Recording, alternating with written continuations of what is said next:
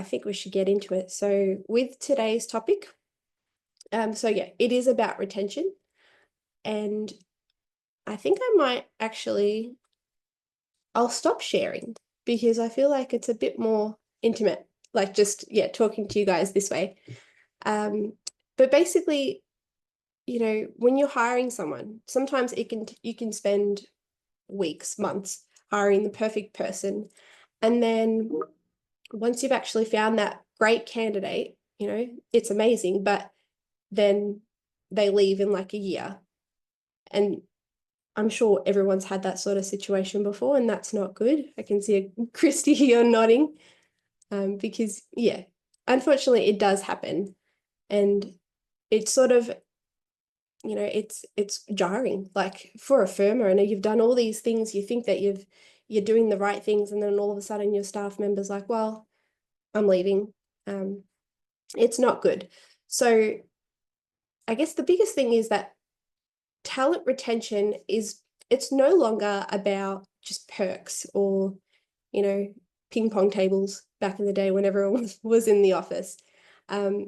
It's about deeper engagement, and it's about aligned values. You need to make sure that you're on the same page, but it's about future-focused leadership as well. You need to make sure that you're growing your team. You're growing them, not just saying, okay, I'm promoting you to a different level or whatever, but actually growing them internally as well. These days, like I mentioned, there's so much going on in the world. And life doesn't end at 5 p.m. It keeps going.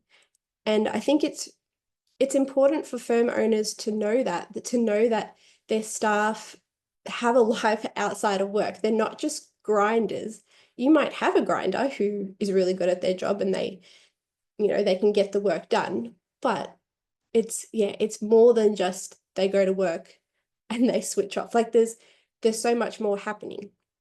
So firm owners need to be aware of that.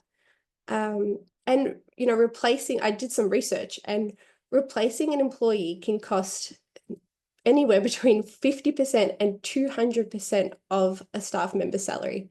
Like 200% is crazy when you stop and think about it. It's very, very expensive. But not only that, it's also the loss of knowledge, especially if you have lost a manager. The manager leaves, all these staff who would generally go to that manager, they've lost that person, and they're either not going to do their job properly, or they're going to start asking you all these questions, and you as a firm owner, you're already busy.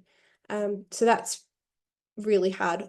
But also team morale drops as well, because if someone is a really good team member and they leave, you start going, well, why did they leave? Maybe I should leave. Maybe this isn't the job for me either.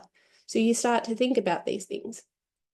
And it's also the reputation of your firm, especially like if you've hired a senior client manager and then 6 months later or a year later, they've left and you've had to rehire another senior client manager, and this happens again, your clients are going to start wondering what's going on in your firm, why you can't keep, these people. So are they the right person? Is your firm the right, I guess, firm for them to be working with? Because if you can't keep staff, then what's going on? So it's not just about, retention isn't just about keeping people, it's about protecting your investment and building long-term stability. Like that's the best way that I can put it. But yeah, so here, like in 2025, especially with Gen Z and millennials, people want to work for organizations that stand for something. With all the research that I've done on this, and everything that I've seen with candidates that I've spoken to, they do want to make sure that they are, with a firm who actually, like I said, they stand for something. It's not just about salary. Like salary is not even something that I'm going to touch on today, unless of course you've got questions on it. But yeah, it's more than salary these days. It's even more than work from home. Work from home's not even something that I'm going to touch on. It's more than that. So firms need to have a clear vision, and a clear mission as well, and they need to have strong values. And if you have that, if you've got a good mission statement, and you know that that's what you're working towards, then your staff are going to be proud of that. I know that's something that like we have here at Wize. We've got a great vision in mind and a great mission, and we're working towards that, and everyone is involved. So it's not just up like leadership, it's the entire company is involved in that. And that makes such a huge difference, because you feel like you're a part of something, knowing that you're helping people every day. And another fact that I found is that the fact that, so firms who don't have, or firms who do have a clear mission, have 40% lower turnover. So that's a big thing as well. Like 40% is big. And I think it's important to remember that you've got to move past the whole one size fits all, because that's not the case these days. You know, you can't just go, oh, this person's doing well, so I'm just going to move you in this position, or whatever it is. Like you need to do those one-on-one meetings, because when you start doing those one-on-one meetings, then you find out what your candidates or what your employees are actually interested in. And when you find out what they're interested in, you can start tailoring things and working with them to, to go, okay, well, everything that you've told me, let's work towards you becoming, a manager, or an SPM, or a senior client manager, or whatever it is.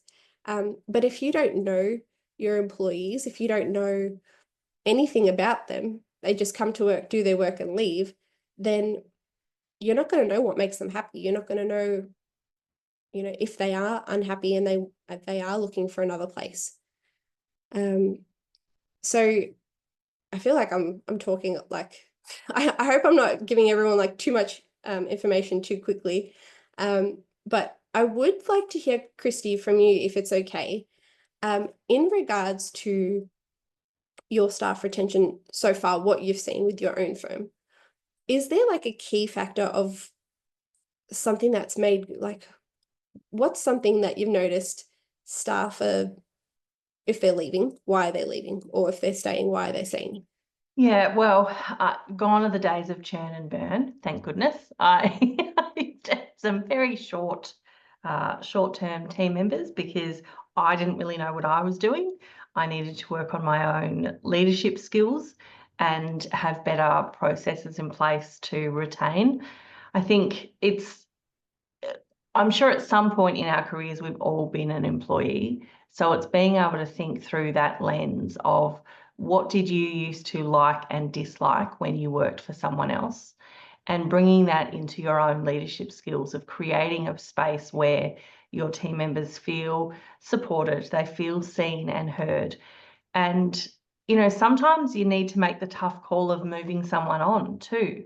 The cost of a mishire, the cost of the wrong values or cultural fit in your business can cost you good people if you don't act fast as well. So it's being able to identify how the team dynamics are with each person, and seeing everyone as individuals. We're not all the same. We don't all need the same things. We don't all like the same things. So when you're looking at your team member engagement, one of the best things for me is having team NPS in place, having that weekly survey go out to my team and helping identify where my team are not feeling appreciated or valued or supported or connected with their team.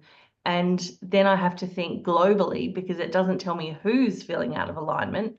So I have to think globally of, what can I do that will support improvement in this area across my whole team? So looking at initiatives that you can bring in, and, making sure that everyone is working for the same goal and vision. It's, when you were talking earlier, Dani, it reminds me very much of a team member I hired must be 3.5 years ago now. Initially, when we made the job offer to him, he turned it down because he was in the fortunate position of having a few offers being made, and our offer wasn't the highest. But he came back to us within a day or two and said, actually, I really like your business. I like how it sounds to be part of your team, and I'd really like to work with you. So we were able to get a great hire who's still here because of the clarity I have around my vision, my mission, and my values, the way that we frame that on our website, the way that we framed that in our recruitment process, in having a video in our job ad talking about the culture of my business. So we were able to attract and retain the right person. I think about when we do our career wheel with team members, it asks about values alignment. If our team members don't know my values, they couldn't score that one, or they'd score it low if it felt out of alignment. So these are all the little micro pieces that help you attract and retain the right people, and also know when you've got the right people and the wrong people, because as business owners and leaders, we should also look at our value system. And when we're assessing our team, do they align with our values? Even when it comes to clients, do they align with our values? Do they behave in a way that we can support, or is it against our beliefs? So, these are all the little pieces to pull together when you're looking at attracting and retaining people. Yeah, thanks, Kristy. You've just reminded me, I'm currently hiring for a client at the moment, and we had an interview yesterday, and the person that we interviewed, they had all the technical skills, but there was just that the firm owner couldn't see this person working with their team, especially because this person was going to be like an assistant client manager stepping into that client, like senior client manager position. And yeah, the firm owner was like, I cannot see this person actually managing my team. They're not going to work well together. And that's really important. So seeing that stuff from the very beginning, that way you can avoid a mishire. But yeah, something that a lot of firms are starting to do, and I think it's great. So they're bringing in like wellness programs. So I know one particular firm, and I'm not sure if the firm owner's here today, but she does like a Wellness Wednesday. So they pick a different topic. I know some firms will do like a book that they'll read together, like a little book club, and they'll read like a wellness book. But yeah, you pick a different topic, and then you basically just you talk about it. You sort of rate yourself from 1 to 10 on how you're feeling, and then you go from there. So I know, Kristy, we do this as well with Jamie and Brenton, and if it's anything lower than an 8, then we need to have a one-on-one meeting with Jamie. Yeah, and it's all about that career wheel as well that you mentioned, Kristy, and even now the IP that Jamie's created with the career audit. That's really important. And I think it's something that if you can, you do it with your staff when they are first onboarded. Like when you first onboard someone, it's good to do it then and there. But of course, doing it because it will change as well as they develop different skills and everything. Things will start to change. So doing that career audit from time to time is really important as well. There is also like a personal audit that Jamie's created, and you should be doing that with your staff like monthly, because again, their personal life can affect their work life. So, if they're not happy in their personal life, then it is really dangerous, because something small could happen at work and they can go, okay, that's it. I'm done. So yeah, just checking in on them. So doing those one-on-one meetings monthly. Yeah, and again, it's not just about work. So, Jamie, when I first met Jamie, and this is the first time this has ever happened with like any of my bosses, Jamie started asking me questions about like my personal life. He started telling me stuff about his personal life, and it just like, yes, he is my boss, but it's just nice to know that if I do have an issue, I can go to him and I know that he's going to listen. And that's what people want as well. People want to know that they can trust their boss, to know that if they do go to them with their issues, their boss isn't going to be like, okay, you've got too many issues, I'm going to let you go. It's their boss is going to build them, like build their resilience, their strength. Like they're going to help them get to that stage where they're able to handle things. And that's why it's really important to build your leaders, because obviously you're going to be as you build your firm, you're going to want to work on your firm, not in your firm. So as firm owners, it's your job to actually build your leaders, your senior client managers, or your SPMs, to be able to do that, to detect if your staff do have personal problems going on. So if your leaders aren't trained in this, then again, you're going to have problems. It's just going to keep going down and down, and then people are going to start leaving. So there is another fact, a little fact that I found. So firms with embedded well-being strategies report a 30% increase in employee satisfaction. So that's like 30%, again, is big. Like obviously we look at it from 1% to 100, 30% isn't that big, but it's still people that you're working with. It's still your staff. You've still invested time, money, energy into finding these people. So, Kristy, there's this awesome saying that I love. I think you say it about, what happens if you train your staff and they leave? Oh, That. yes, it's not from me, but it's definitely something that I repeat, Yeah. that it's something about, yeah, gosh, sorry, my brain's gone blank, but it's something about, if you train good people and they leave, but what if you train bad people and they don't leave? Yeah. And, No. Ed often Is it a speaks bit, at, is it, what if you don't train people and they stay? sorry, yes. Mm, yes. That's okay. I'm going to add it to my sticky note list so that I remember it perfectly next Do you time. need a hand there? Yeah, Peter, Yes, you please, know Peter, it. if you remember it. Yeah, I do. So, yeah, if you keep bad people and you don't train them, what happens? That's it. Yes. Yeah. Yeah, but if you train them and they leave, that's a problem. But if you keep bad people and you don't train them, that's even worse. Yes. Yeah. Okay. And Okay. Kristy, I think that is what you said. Sorry. I was like, Yeah, and Ed often speaks to, it's better to have an empty seat than the wrong person in a seat in your business. So, it's you really have to get to know people. It's not about, we're not flooded with grinders anymore.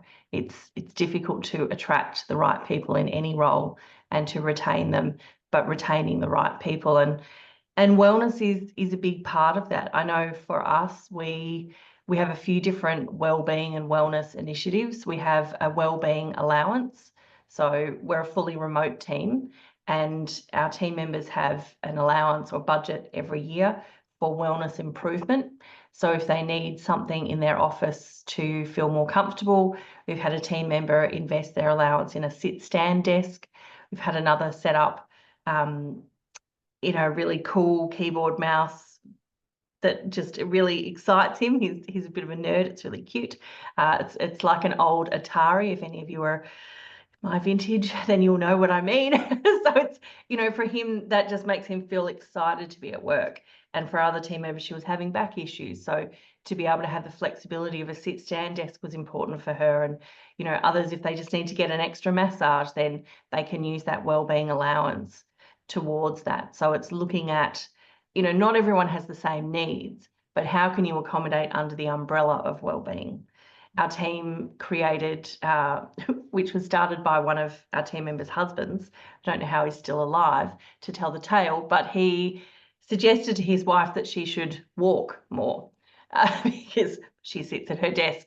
So he bought her some shoes, some really cool shoes. And then he bought her like a Garmin watch or something.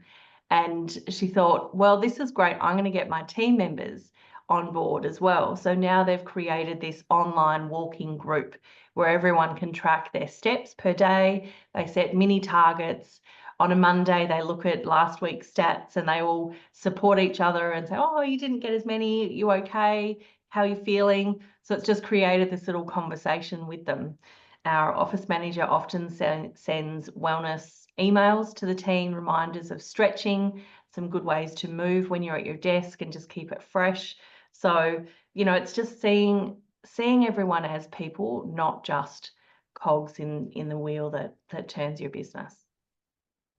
Thanks, Kristy. That was perfect. But yeah, what you just said, because yeah, it's a great way to sort of to sum up what we're trying to talk about today. Like obviously there's still more that we're going to cover, but yeah, just to that people, like, you are dealing with people, that they're not just another number. Like I know some firm owners sort of have that mentality of, well, if it doesn't work out, there's so many other people out there. But why would you do that when you could just invest? You know, you invest in your people and they will grow, they will stay with your firm. So Yeah. there's Just some, on that, Dani, sorry yeah. if I can, sorry to interrupt you, but one of the things that I really love about Wize deep and narrow team structure is, you know, we often think that gone are the gold watch days of employment. People do tend to change careers every 2 to 5 years. And I'm sure, Dani, in your toolbox of stats that you would have that somewhere to refer to. But, you know, this generation does move between jobs. They move from one business to another. What you can create in a Wize structured firm is career pathways that sustain people for 10, 15, 20 years, because you can start off as a grinder, as an intermediate or a graduate, can move up into senior bookkeeper or accountant. Then there's a production manager position. Then you've got client manager positions. And then you've also got the executive positions. You've got assistant CFO, CFO, you might have a COO, CEO. There are all of these opportunities that you can create as you grow and scale your business with the clarity and tools and resources that we have in our Wize Vault to show you how to get there. So there's this opportunity to always be offering new career pathways within your business. So you don't have to lose people because they want a more senior position, or you don't have to give them equity and partnership in the business. There are other ways to retain team members and grow a really long, successful career together. And that's, yeah, I think that's really special. Yeah, absolutely. I just you just reminded me of Jamie and Shah, who Shah works with Jamie at Sky Accountants, and she started, I think it was about nearly 10 years ago or something, as I think like a junior accountant. Shah's like, she's in the Philippines. And now she's worked her way up to, I think it's COO, and I think they're trying to help her actually get a sponsorship and come to Australia. Like Yeah. that is a perfect example of what happens when you invest in your people. Even here at Wize, I don't think we've had anyone quit because it's, yeah, our, like Jamie, Brenton, Ed, they invest in us. They see us than more than just a number, basically. Another cog in the wheel, as you mentioned, Kristy. Like it's more than that. Because, and like I said earlier, life doesn't end at 5 p.m. Yeah, so you've got to keep that in mind as firm owners. But I wanted to sort of touch on the red flags, I guess, of you know, undermining retention and all of that. So the biggest one, and I feel like everyone should know this one, micromanagement. So nothing drives you know, your top people out more than feeling like they're being watched over constantly, especially if you have a remote team. If you feel like you can't trust your team members to do their job remotely, maybe remote work isn't the right thing for your firm. Like if you constantly need to be checking in on them and being like, well, what are you doing now, or whatever it is. If you're constantly complaining about the fact that you can't see them daily or every couple of minutes, then yeah, maybe work from home isn't the right setting for your particular firm. Yeah, because if people do feel like they are being micromanaged, they're not going to stay. But the next thing is lack of role clarity.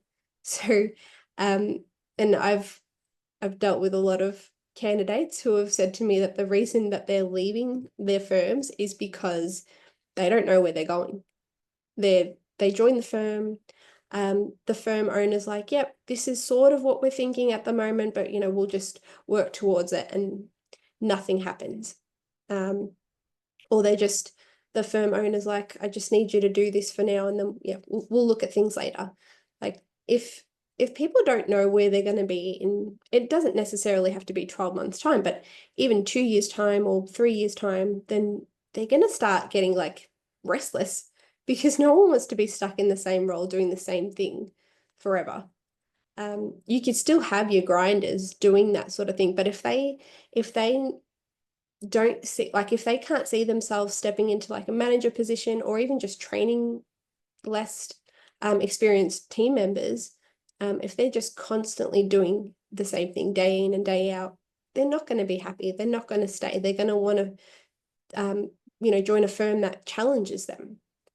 And that sort of leads me into like the next one, which is stagnant growth. So yeah, it's the same thing. No one wants to feel stuck.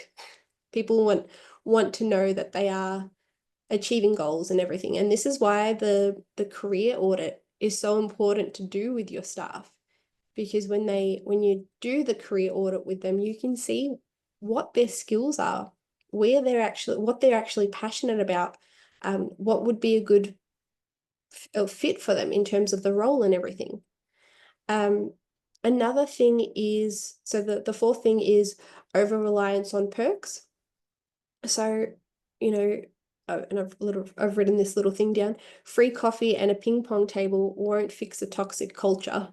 That's, yeah, it's so true, because yes, perks are nice, but it's not a substitute for respect, or, feeling included or having meaningful work. You need to focus on building your team. Again, I've had candidates say that the reason that they're leaving their firms is because they do feel like they are in a toxic culture, or there's like little cliques or things like that. And cliques can still happen even if it's remote work. Like they don't have to be in an office to feel that. Offshore team members can still have cliques or whatever it is. Another thing, so number 5 is communication. So again, this is where the one-on-one meetings, they come in handy. That's so important. But also lack of transparency. If you're not being honest, if you're not giving feedback to people as well, if you're getting angry with someone because they're not doing a good job, but you're not giving them the right feedback, that's on you. That's not on them. Because how are they going to grow? How are they going to know what they're doing wrong if you're not telling them? And again, like unclear direction. It basically, if you're not giving them the right direction, it can build that untrust. Basically, the employee is not going to be able to trust you to give them the right guidance. And employees want to feel like they're included.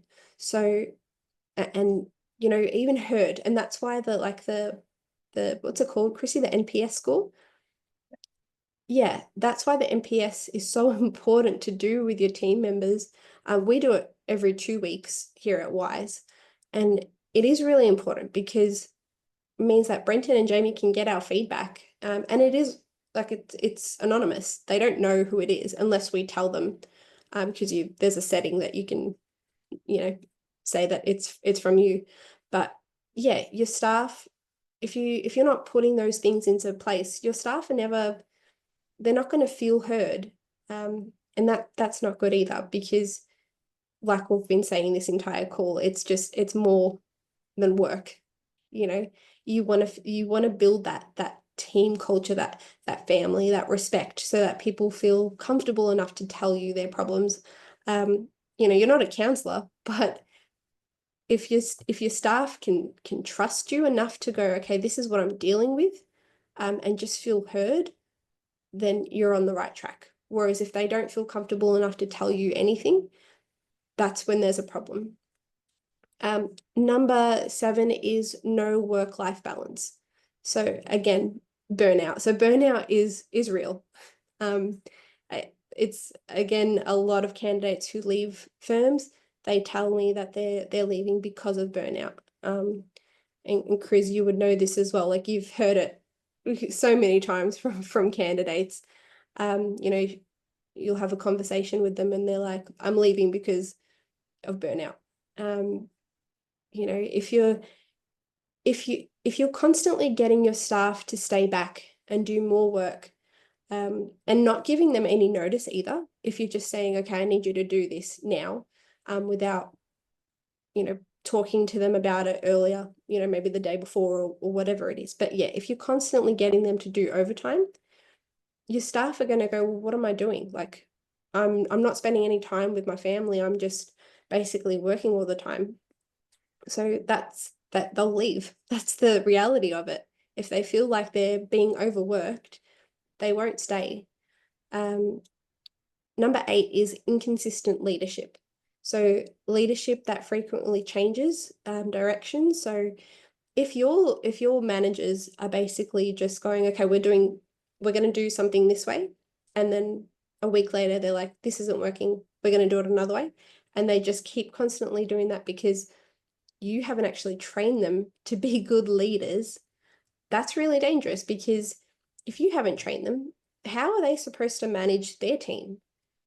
If they're figuring things out constantly and just they're not being guided themselves, that's, it's not good, because your staff are going to go, what's going on? Like, you can't even manage me.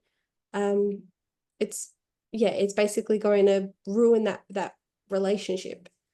So I think we sort of touched on this earlier, but number 9 is ignoring employee feedback.